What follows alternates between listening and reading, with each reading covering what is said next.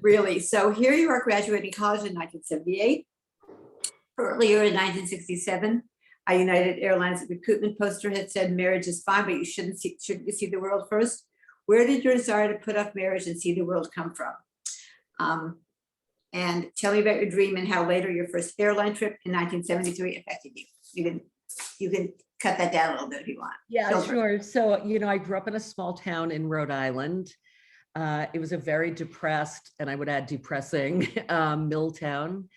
My dad was a career Navy guy, and he just always, like, sort of my bedtime stories were stories of his adventures traveling around the world, from San Francisco to China to Greece to Italy. And I think I just got the travel bug from him. I also grew up when the jet age began. And in the shadow of our apartment in Arlington, Virginia, we watched the first jet take off from what would become Dulles Airport. So I just, and it was the space age. And we always were looking skyward when we were little kids. My first Halloween costume was as a space girl. I just was curious about what was up there and what went on in jets. And of course, growing up in the 50s and 60s into the 70s, I was seduced by movies like Boeing, Boeing, and books like Coffee, Tea, and Me, and a book that I read called How to Become an Airline Stewardess, where the first line was, "Would you like a boyfriend in every city in the world?" And I was like, absolutely. I live in this small town. Give me those boyfriends. So it was a combination, but I wanted to be a writer. And I now think erroneously, but that's okay. I felt like writers needed to have adventures. I was very taken with the writers of the 20s, and this image of living in Paris and running with the bulls, I thought was the way to write a book. All of those things came together when I was a senior in college and an English major. And my parents were like, what do English majors do for jobs? Because I know they don't move home. And I blurted out, I want to be a flight attendant. They weren't stewardesses anymore. They had become flight attendants just 2 years earlier. And I went to Logan Airport. I went to every terminal and took about 15 or 20 applications. And in no time, I was hired by TWA and on a 747.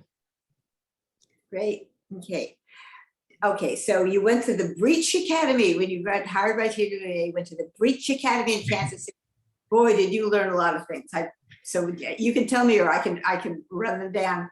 It's probably funnier if you do it. 7 kinds of aircraft, fix a broken coffee pot, carve a Chateaubriand, et cetera, et cetera. What was the hardest thing to master, and what did you screw up with on your first or second flights? So TWA had the great benefit for them, and not for a new hire flight attendant, of having 7 different kinds of airplanes. And so we had to learn the safety and service for all 7 airplanes. So we had an FAA test for each that we had to pass, and then a TWA test that we had to pass. And it was a lot. And I had just graduated from college, but I have to say going to Breach Training Academy was harder than writing a 20-page paper in college or taking that, environmental science test, because it was practical knowledge. It was people skills. It was things you don't really work on in college. So the hardest thing was probably those tests about aircraft, how to evacuate them. But I also knew it was the most important thing. And so I was fine with the social stuff and the service. I loved, give me that microphone and let me say, welcome aboard TWA flight 722 nonstop to Los Angeles. Ladies and gentlemen, it's time to pay attention to the flight attendants throughout your cabin. Loved that. I'm an actress at heart. I loved doing the announcements. I loved serving the food. I loved mixing a martini. In first class in those days, we had to stand in the aisle and carve Chateaubriand and toss the salad. It was all very theatrical. In coach on transcontinental flights, we had an after dinner liqueur service where we would put dry ice on the cart and we would appear in a cloud. Put water on dry ice and like smoke appears. And we would walk through the aisle in a cloud. I loved all that. But like how many PSIs are in an oxygen tank or that kind of thing would make me kind of cringe and make me really super nervous, because we had to know so much of that. Obviously for a good reason, we had to get the people off the plane if we needed to, right? Okay, tell me about grooming class. What were the rules? Some of them, people were fired for looking sullen, wearing the wrong lipstick, having chipped fingernails, You must always look approachable, and you talked about crossing your legs so the leg could be seen. Be gracious no matter what. Never call a woman in first class Mrs. because there might be Mrs. at home. Those are archaic rules, of course, but did they give you any positive aspect? I would think that something about them was good, right? Absolutely. I mean, I was a kid in college who wore like khaki pants and Izod shirts. And I think that TWA in training and then my years working for them really turned me into a young woman who had more sophistication, who knew how to walk into a room and eat dinner properly. I mean, not that I was like, a cave girl or something, but I just, it taught me poise, graciousness. There was something, as much as, we would internally kind of growl at passengers, we weren't allowed to. You always had to say things with a smile. You always had to figure out the nicest way to tell people to do things, including like sit down, the seatbelt sign is on, anything. And it really taught me how to move through the world. I mean, I am so grateful for that training. Plus, I can put on lipstick and eyeliner without a mirror because we would have to do it quickly before they get on the plane. So that's something that never goes away. That's a good trick to have up your sleeve. Great. That's great. I'll enroll. The 70s was complicated, as we know. There was 1 foot in Steinem and Friedan era. The ERA, Roe was passed. Yay. Let's hold on to it. Please. There were demonstrations through the ERA, et cetera. We all know what the 70s was like for fabulous feminism, but there was still this, sexism and what you just said, which actually I'm now seeing as there's some benefit in that. But you mentioned some things like, especially I was taken by, after all the travel that you did, every city, everywhere, you had to call your dad when you were sitting alone in a restaurant. That was charming and unexpected. You can take Rhode Island out of the girl, but you can't take the girl. Yeah. Yeah, I went to college like 20 minutes from where I grew up. And so this was my first time away, and I went away. I was flying all over the world all the time. And there were things I did not know how to navigate. And one time I remember, and you'll remember, Sheila, from the book, was I was laying over in Chicago we stayed at very fancy hotels. And this one had a rooftop restaurant that was very elegant and had a view of the city. The rest of the crew was based in Chicago. So when we landed, they all went home. I was the only one going to the hotel. And I had been flying a lot for the past couple of weeks. And that meant I got a lot of like turkey club sandwiches and a glass of Chablis from room service. And I knew this restaurant was supposed to be so good. So I called my dad and I said, I really want to go up to that restaurant. I had never eaten in a restaurant alone. I was 22 years old. And he said, you put on that black dress from your crew kit and you go up there and you order a steak and a glass of red wine, get dessert and tip. At the time, this was appropriate 10%. So it took all my courage, but I did just that. And I went up. And, a woman eating alone in 1978 was not viewed very, very nicely. They kept saying to me, are you waiting for someone? Are you in no, it's just me, until I felt so like embarrassed. They seated me right by the kitchen, which I learned quickly is the worst seat in the house. And I had to keep saying, hello, may I order? May I order? They brought my water, my wine, my steak, all at the same time. They never came back to see how everything was. I watched men alone being treated very graciously. I was not. And then it was time for that part, the tip, the 10%. And I thought, these waiters have treated me terrible. And I was aware, I was a young woman, and I understood that women were just starting to make their way in the world in many ways, and that it wasn't okay to be treated like this. And so I wrote on the back of my check, your tip is next time a young woman is eating alone, treat her respectfully and you'll get a financial tip. And then I ran out of there. I was so afraid they were going to say something to me coming at me. I ran and I called my dad, and he was astounded. He said, you did that? And I said, I know, it was so terrible. He said, no, you did exactly the right thing. I'm so proud of you. And that is great. And so those little steps really helped me figure out my way in the world. But my dad was kind of cheering me on, I think. Great. That's terrific. Okay.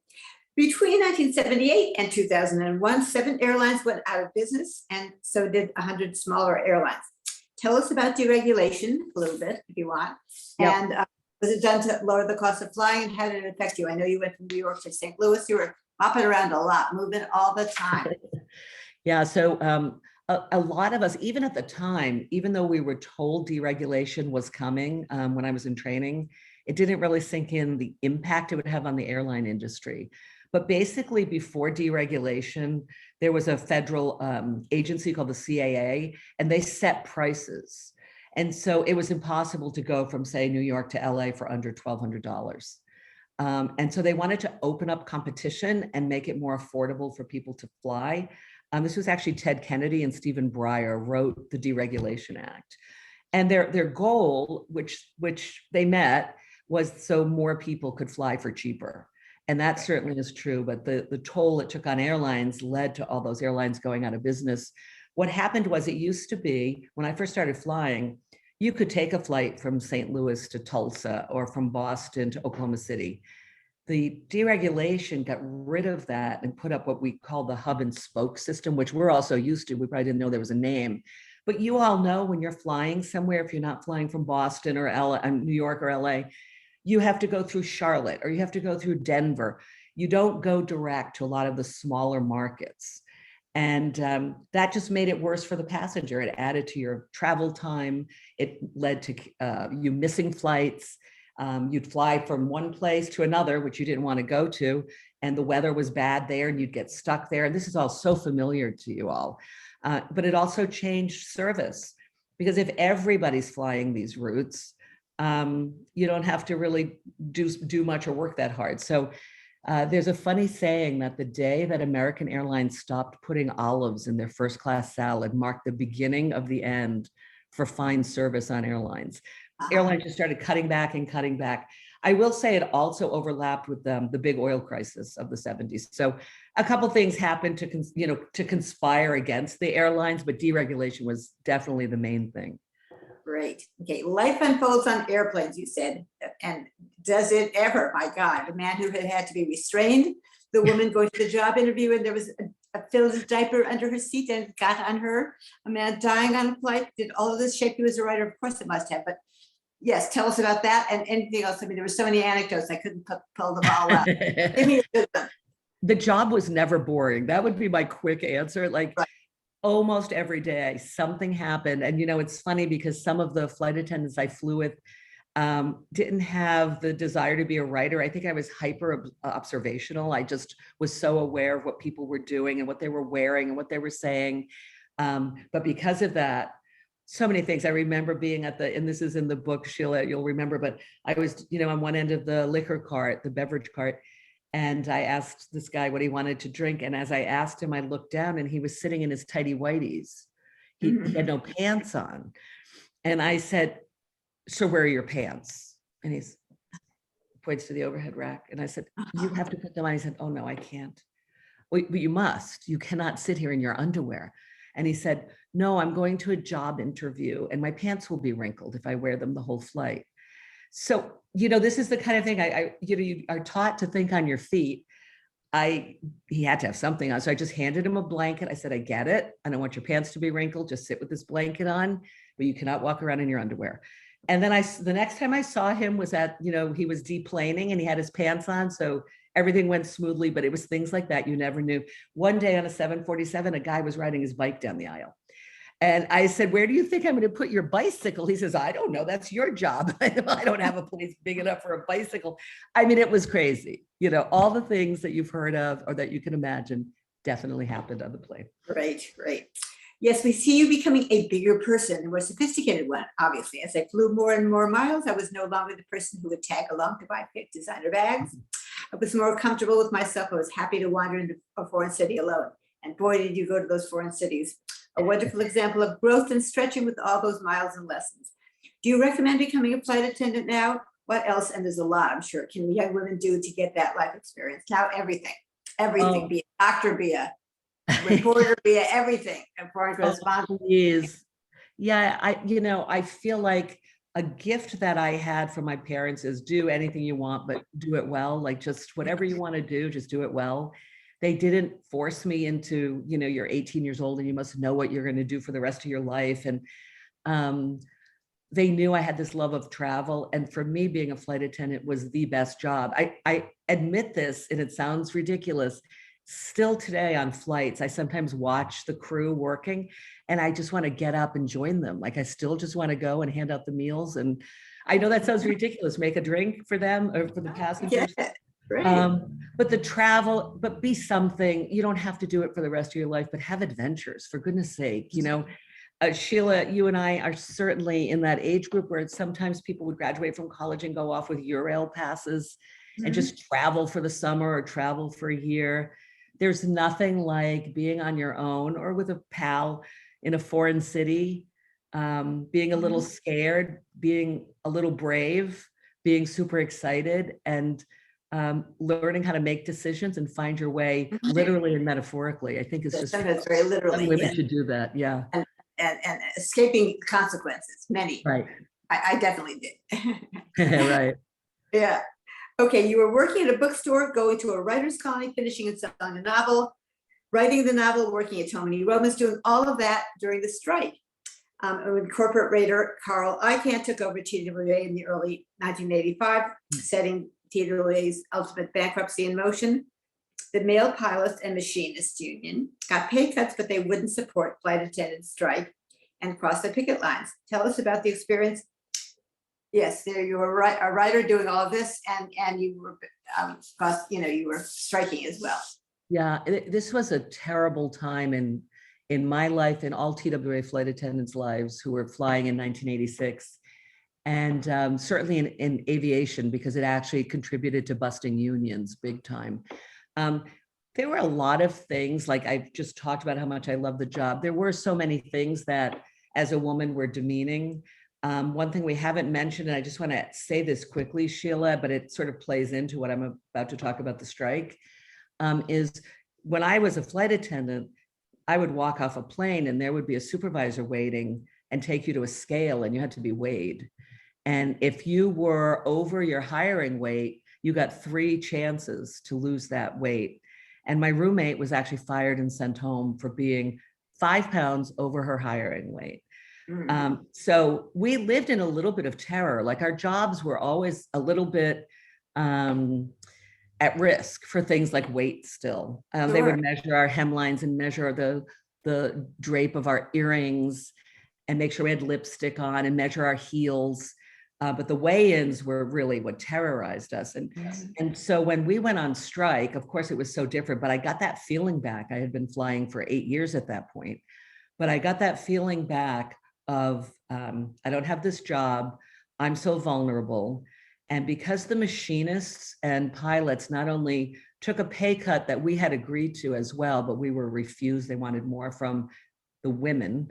Flight attendants obviously weren't all women, but they also agreed that they wouldn't support a strike if the flight attendants striked. So pilots and machinists crossed the picket line. And I had that same kind of demeaning feeling trying to save my job, as I used to do, and I held my breath every time I stepped on that scale. It was bad. So the flight attendant crew bus, this was my first day on the picket line, and we're in our uniforms, and the crew bus comes up and pilots get out, and most of them just kept their eyes down. They didn't want to make eye contact with us. Many of them felt terrible, that they hadn't supported the strike or that they couldn't now contractually. But one pilot looked at us and spit at us and said that we were going to be responsible for TWA going out of business. And so the strike was so contentious. It is still considered the most contentious labor strike in aviation. Wow. And we lost, about 5 months after it began, we had to give up. TWA had secretly hired 1,900 flight attendants that they had trained at a hotel near JFK. So the day we went on strike, people were already working the flight. So we could never shut the airline down, which is what, of course, a strike's goal is, so that they'll, be forced to negotiate more. So that was a dark time, but it has a little bit of a silver lining because they agreed that they would start calling flight attendants back as needed. Well, because they had hired so many, as needed took many years, but slowly people by seniority started going back. So I think it was 3 or 4 years later, people with 18 years or more seniority got their jobs back. I was like, I've got 8 years, like I'm never getting called back. But indeed, one day I did. A letter arrived and I was told to report at St. Louis for retraining. But by that time I was a writer and living a writer's life. And so I didn't go back. Right. Okay. Right. Well, that's it for my questions. Do we have questions from you guys? I have some questions. Judy, I saw your face a couple times. Like, I know, I was wait, like, what? Well, the first question I would have is, how did those years shape you as a writer? Those years. oh, what a great, thank you. Yes. Of course, I didn't know it at the time, but in so many ways. And I think the biggest way, well, I have to say there's two big ways. To me, the biggest way was I just observed I observed people at their best, at their worst, at their happiest, at their saddest.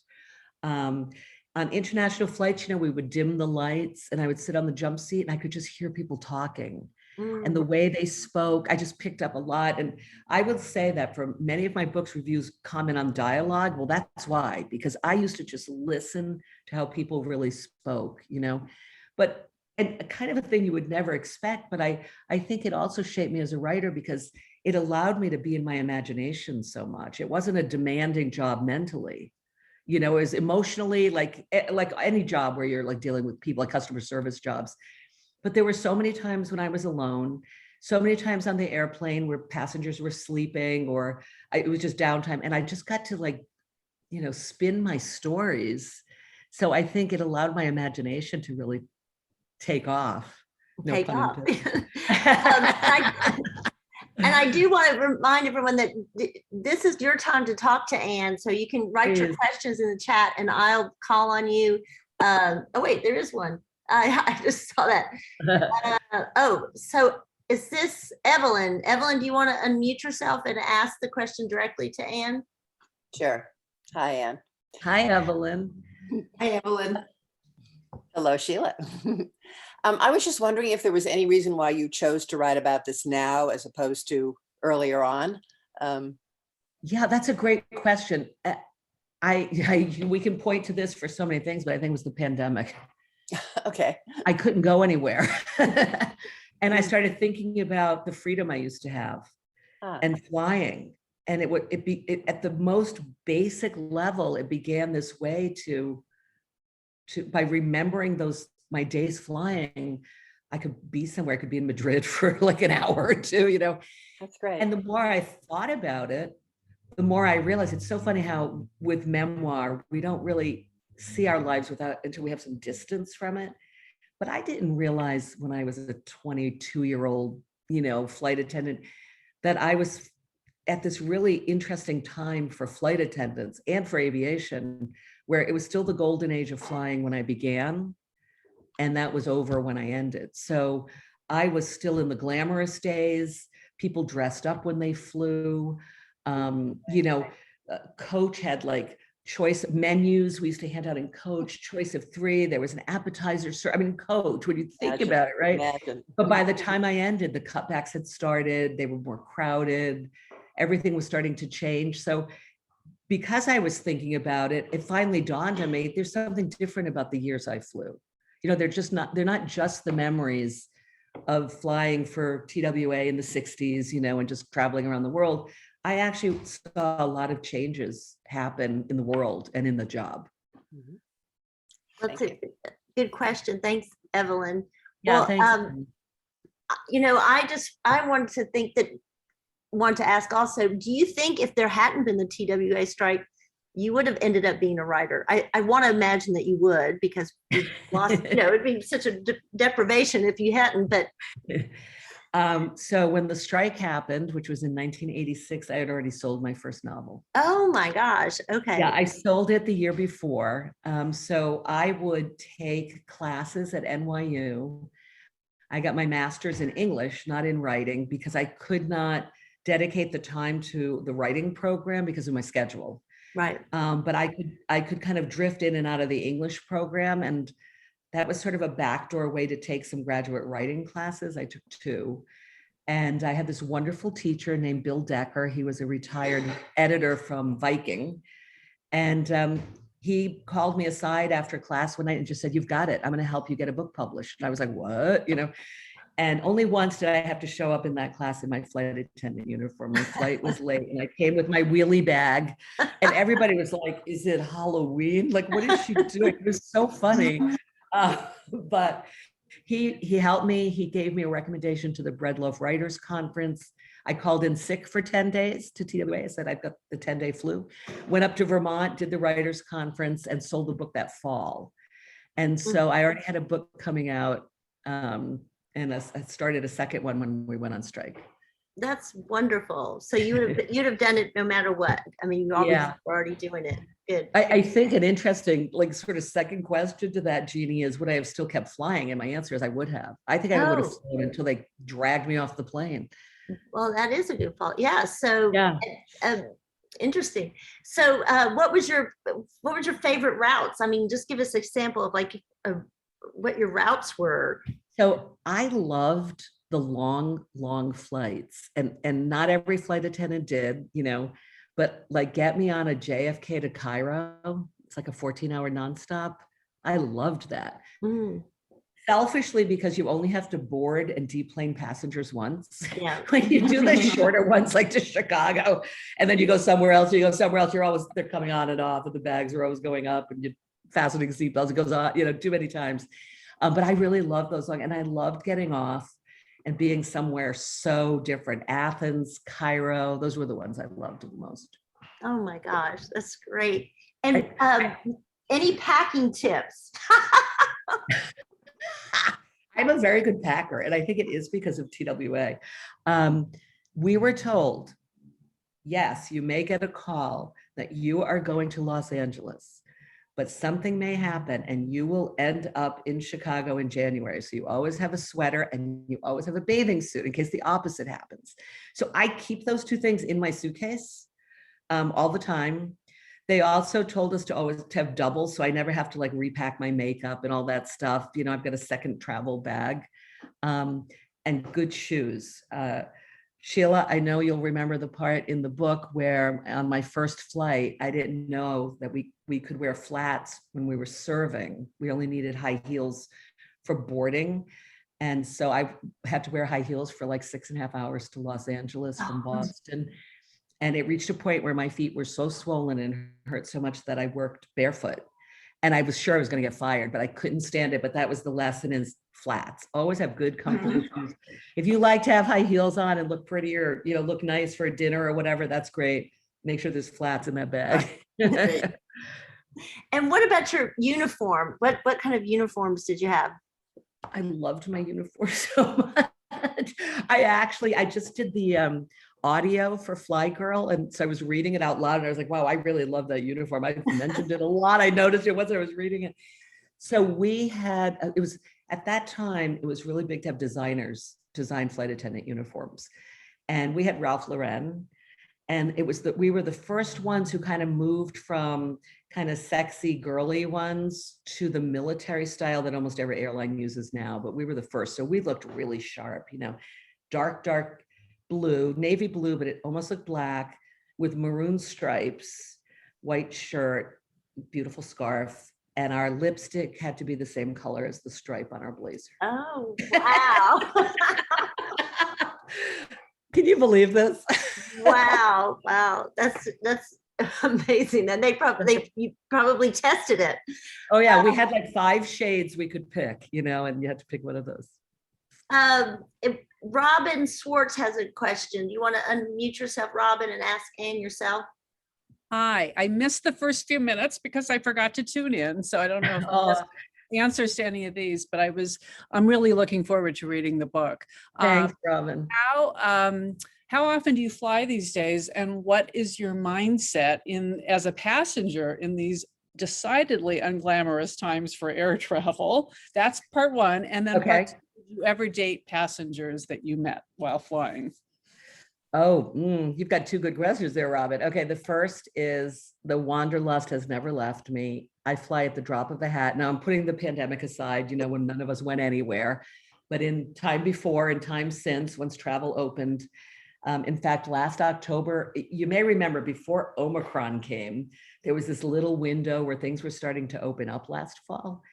And I saw in one of my newsletter email things I get that there was a trip to Madrid, round trip, $286. And I looked at my husband, I'm like, we're going to Madrid. We hadn't been anywhere, we'd driven to Cape Cod or whatever, but I was like, we have to go.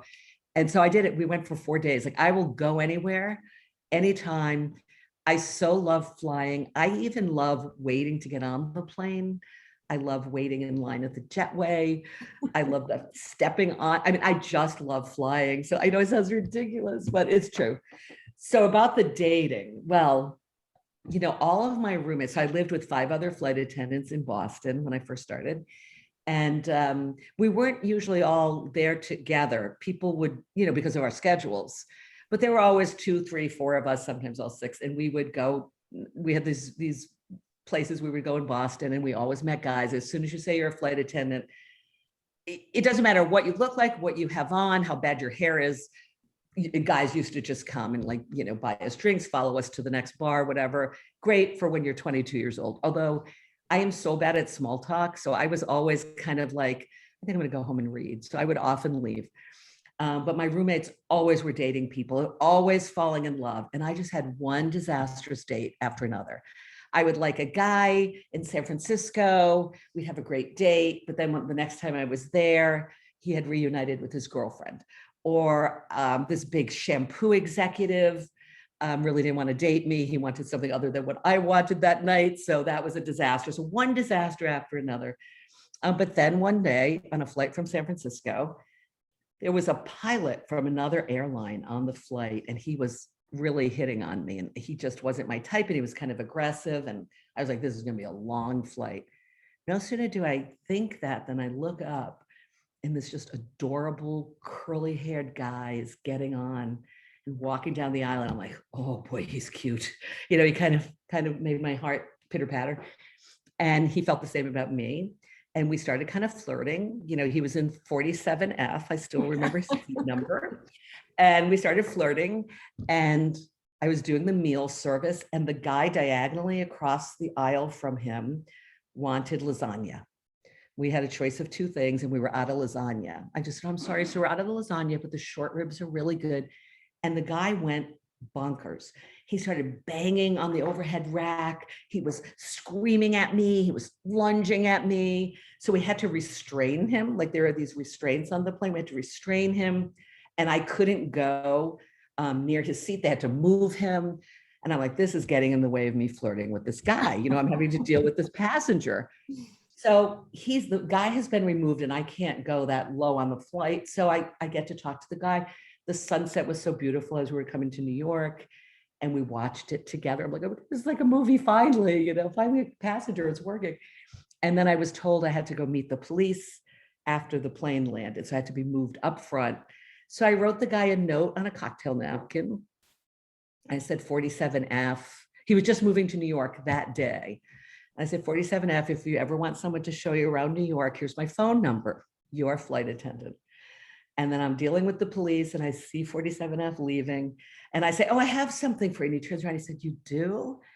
And I said, yes. And I gave him the napkin. And by the time I got home that night on my answering machine, there was this beautiful voice saying, hi, it's 47F. Oh, It's been out for 5 years. Yeah. So that was a happy dating passenger story. The others are disasters. I mean, they're funny, but disastrous. that's good. So you dated for 5 years? Yeah. Yeah. And did you always call him 47F? Is that your love name for him? Yeah, totally. He used to say things to me like, may I have a beverage, please? So cute. The airplane lingo never went away. Okay, Elizabeth Pimentel. Sorry if I'm not reading this right. You had something, it's related. It's a nice segue from the guy who got crazy. You had to Okay. Yeah. restrain him. She wanted to know about scary incidents. Where are you, Elizabeth? Are you there? You can unmute yourself. Yeah. Thank you. And this has been amazing. And I'm just honored to be in the company of all these wonderful writers. But I did have a question. One you sort of answered. Any other incidences about involving belligerent passengers, or any other scary incidents like near crashes or fear that the plane had to land all of a sudden for some reason, or any medical incidents, did you Yeah. have to help deliver a baby or anything like that? So Yeah, great question, Elizabeth. And I just want to say before I answer, I see so many people I know. I'm looking at names. It's so good to see you all. You know who you are. Thank you for being here. Thank you, everybody. But I'm seeing a lot of old friends and friends I haven't seen for a while. So yeah, pretty much all of those things happened. I never had an incident where I thought the plane was going to crash or anything like that. We had really bad turbulence, which you probably have all experienced too.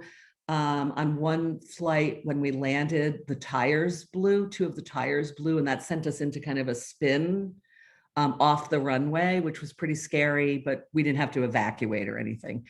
I did have someone go into labor, but gratefully she did not have to have the baby. I gave her oxygen. We were almost landing. But I think the scariest thing in that kind of realm of stuff is that I did have a passenger have a heart attack and die on a flight while I was doing CPR on him. And that was one of the worst experiences of my entire life, not just of my flight attendant life. It was weird because he got on the flight and he was very out of breath when he got on. Like, I guess, he had to run to catch the flight, and very red faced, but he looked a lot like my dad. It just sort of caught my eye. And he had this hat on, like a fedora with like a little feather, those hats, there's like a band with a little feather that older guys sometimes wear or used to wear. And I commented on his hat and he put it up in the overhead. And it was takeoff and he was toward the back of the plane, which is where I was sitting. And we were just taking off and I noticed he was doing something weird with his arms. And it all happened so fast. I was like, what's going on? When the passenger next to him said, help, something's happening. So I unbuckled and got to him and he was having a heart attack. So we had to get him out of the seat and into the aisle. And at first we gave him oxygen and he was breathing and the pilot came back and all this. But at a certain point I looked and the oxygen thing wasn't inflating. So I realized he had stopped breathing. And we had to do CPR, you do it with another person. So we were doing it. The pilot obviously diverted, but you can't stop, even though we knew he had died for reasons that are too gross to go into, but it was clear he had died. But we had to keep doing it until we landed and the emergency people came on board. So that was pretty awful. And then when we got off the plane, we had to fill out some papers or whatever. And then I was walking through the terminal. I was in St. Louis and this guy came up to me and goes, did you just come from Pittsburgh? And I said, yeah. And he said, I'm supposed to pick up somebody. And I don't think he got off the plane. And I realized it was that guy. Luckily the gate agent heard and she touched my arm and she said, I'll deal with this. You've done enough, like you go. And so she took care of that. The really strange thing is that they gave us 2 trips off. We didn't have to do the trip again for the next week. The next time we worked, same crew, a guy had a heart attack on that flight. But that guy lived. Yeah. Oh my, well, because you were experienced by them, but how freaky is that? It was so weird. Yeah. But he lived and we were closer to landing and they got him sooner. And yeah, I called crew scheduling the next day and I said, I'm afraid to ask. And they said, no, he's okay. So yeah. Wow. Yeah, there were some scary things, but most of the time it's the passengers who are scarier than, they do or say something kind of wacky and you'd be like, oh no, I'm going to be with this person for 6 hours. Yes. So Elaine, Eva, you have a question about the TWA terminal. Where are you? You want to unmute yourself and ask? Are you still with us, Elaine? I'm looking. Oh, I don't know if Did she go? Such a good question. Yeah. So I don't really see her. So so can you tell us about, was that part of your flying days? That was where I flew out of. Yeah. So if anybody flies or has flown out of JFK, Terminal 5 was the TWA International Terminal. It was designed by the architect Aaron Saarinen, if you probably messing up his name. It was meant to look very modern. First of all, it opened in like 1962, but it was supposed to look like a bird going into flight. So it's got these funny kind of winged air. It was so beautiful. Mm. And that's where my job was. I would walk in and, it had one of those arrivals and departure boards, the clicky clacks, the click, click, click, click. Well, it would change the times and the flights. I loved that sound. And then we called them tubes that led to the planes, so you would go down and it was like, everything was that TWA red and navy blue, so beautiful. And of course, when TWA went out of business, it also did, JetBlue bought it. But the thing about the terminal was it became obsolete. It couldn't take like 777s or the bigger planes. So it kind of just sat there in disrepair. People fought very hard to save it as like a historic national treasure. And it was bought by a hotel company, and it's now a hotel, and it's so fabulous. So you check in where you used to go and show your ticket, like, the reservation people at the front, that's where you check in. And it was lovely. My husband and I got to stay there when it first opened. We got like this comp trip I was doing an article about it for Travel and Leisure. And from the rooms, you can see planes taking off and landing, which isn't for everybody, but it really made me happy. I loved sitting there and watching it. They have all the old TWA crystal and stuff. They have a bar that is a separate, like you leave the terminal or the hotel and you go out, and it's an old prop plane. They were called Constellation. So before they were jets, and it's a bar. So you walk up the stairs and into it, and like where the cockpit is where they make the drinks, and you sit in like airplane seats. It's totally fun. And It's what's great. the name of it? What's the name of this? It's the TWA Hotel. Oh my gosh. So that And makes me want to stay there. Yeah, you have to stay. You have to go. It's such a treat. The restaurant, which is the Paris Cafe, which is what it always was, even back in the day, but it's run by Jean-Georges, the chef, like Oh, the wow. Michelin. Yeah, it's fabulous, but it's not super expensive. And it's great for, like, my friend stays there a lot if she has a really late flight or really early flight the next day. That's what people use it for. You don't really stay for like a week or something, but it's Right. convenient and beautiful, like so beautiful. And I'm so glad they saved that terminal. It makes me so happy. That's really nice. And Yeah. I'm the type too who could just sit there and watch planes take off and land for All right, Jeannie, I'm with you. We have to have a endlessly. date at the TWA hotel. I know. Let's go have a drink there. I'm Exactly. I'm just the person like the plane, because I'm always like, It never gets so old. I see a plane. It never gets old to me. It Yep. never gets old because I just can't believe it. Well, we have somebody who asked, who is this? Karen Hughes Pucci wants to know about your audiobook experience. Hi, Katie. I'm so excited you're here. Where is she? Are we going to say hi to her? Hi, Anne. She is. Can I say your big news? Katie's about to have a baby. I I'm so know.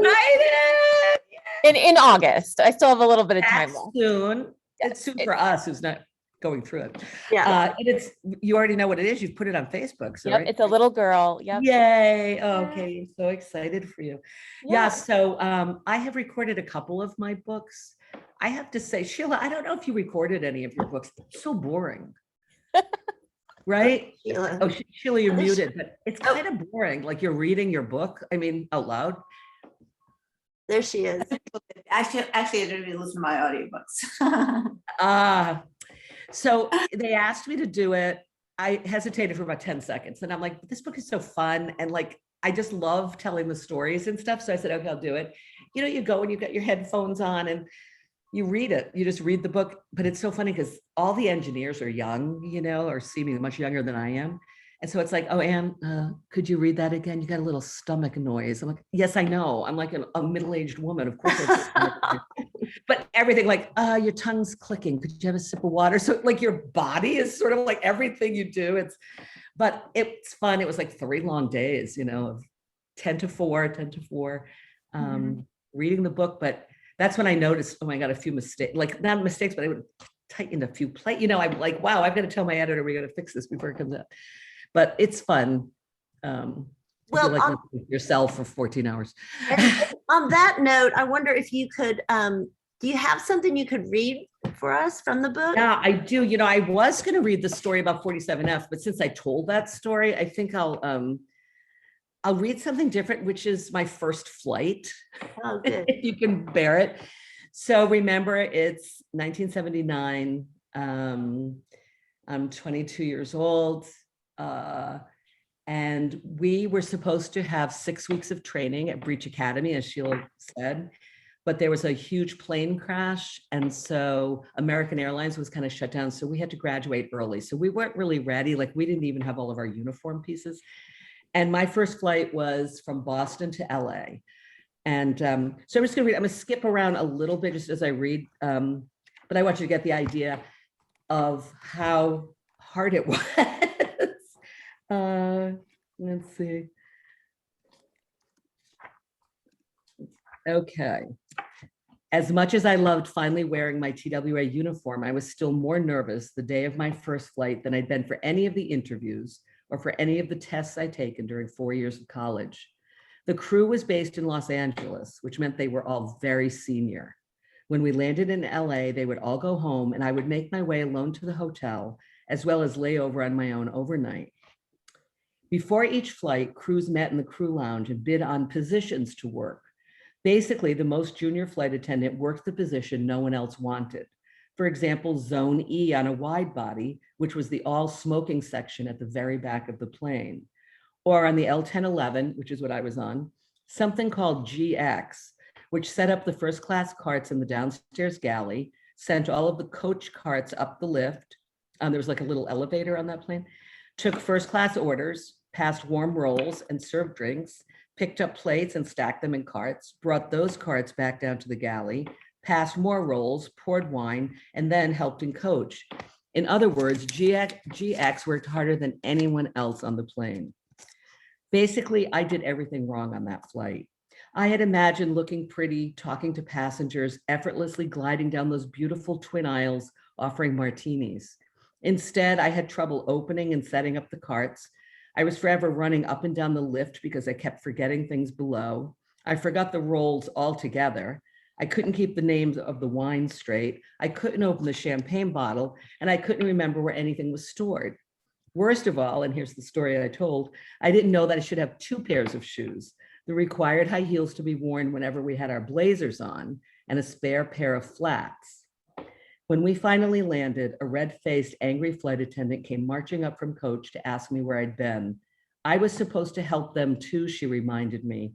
I forgot, I admitted, mumbling an apology and trying to move my numb feet, which were now squeezed back into my high heels per our dress code. High heels, jackets, and lipstick must be worn in the airport and during boarding and deplaning. I got to the hotel, checked in, hobbled to my room and took off my shoes and pantyhose. My uniform stank of smoke. My hair stank of smoke, and also something as yet unfamiliar, but that I would soon recognize as just airplane smell. My hands smelled like all the food and liquor and Coke I'd spilled, but I didn't even bother to undress. I fell onto the bed and raised my legs, pressing my swollen, sore feet against the wall for relief. How could I have imagined I would actually go sightseeing? It was the first time I was in Los Angeles, but I could have been anywhere. It didn't matter. My alarm went off at 5 o'clock the next morning and I dragged myself out of bed. I had an 8 a.m. flight, which meant I had to be at the airport at 7, which meant I had to leave the airport at 6:30, which meant I had to have breakfast in the restaurant by 6. I showered and put on my uniform that still smelled of stale smoke, put on my makeup and went downstairs. The hostess seated me and I ordered coffee and an omelet. While I was eating, a man came over to my table. I'm a TWA flight attendant too, he said. Are you okay? Yes, why? Well, you're sitting here in your uniform in the middle of the night, he said. No, I'm on the 8 o'clock flight, I told him. But it's 3 in the morning, he said. I looked at my watch. No, it's 6. On the East Coast, he said. It's 3 hours earlier here. Tears came to my eyes and I looked away so he wouldn't see them. It's okay. First time out here? First flight anywhere, I said. It gets easier, he said. And he was right. That's wonderful. Wonderful. You're Yep, up. that was me, 3 a.m. You were 8 ready a.m. to go. She's an eager beaver. She's- Oh my goodness. Well, I think we got everyone's questions, and if we didn't, I'm so sorry. but that's a great sample for us. And let's remind everyone, I put it in the chat. It goes on sale May 3rd, correct? Yes, that's right. Available now for pre-orders on Yes. sale May 3rd. And I put the link, the Amazon link there. So Oh, you guys, great. it's going to be really fun, and it'll be a great chance, because I think so many of us are now at that point where we're like dreading the travel, all the drudgery, and just to remember the days when it was still so exciting, and it's really a fun idea. And I'm so glad you did it. I want to make one more announcement. I'm just put this in the chat. For a lot of, I don't know where all of you live. I just moved to New York City. I was just talking to Ann and Sheila about it. And I lived here right after college for 10 years. It's so great to be back.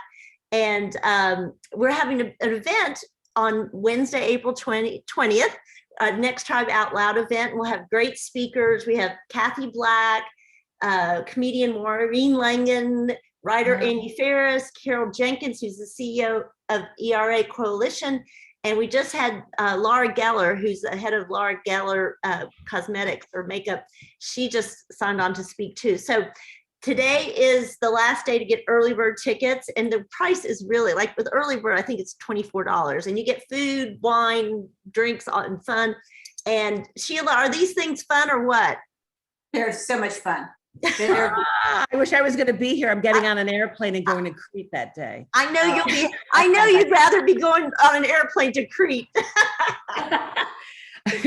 So anyway, but I just put the link in there, and I'll put the code to get your discount tickets. It's right there, early bird. Oh, thank you. That was fun. And so anyway, so I hope to see some of you there. And Anne, thank you so much. I want to get together with Sheila and you for a drink. And Sheila, always thank you, Sheila. Sheila, you are such a sweetheart. Thank you so much. I love talking to you. And love it. Really. Okay, well, thank to all of you for coming, and bye, Fly Girl. See this book? Yes. Bye. That's what you look for. Thank you. Thanks Thank you, everybody, much. for coming. All right, take care, everyone. Bye-bye.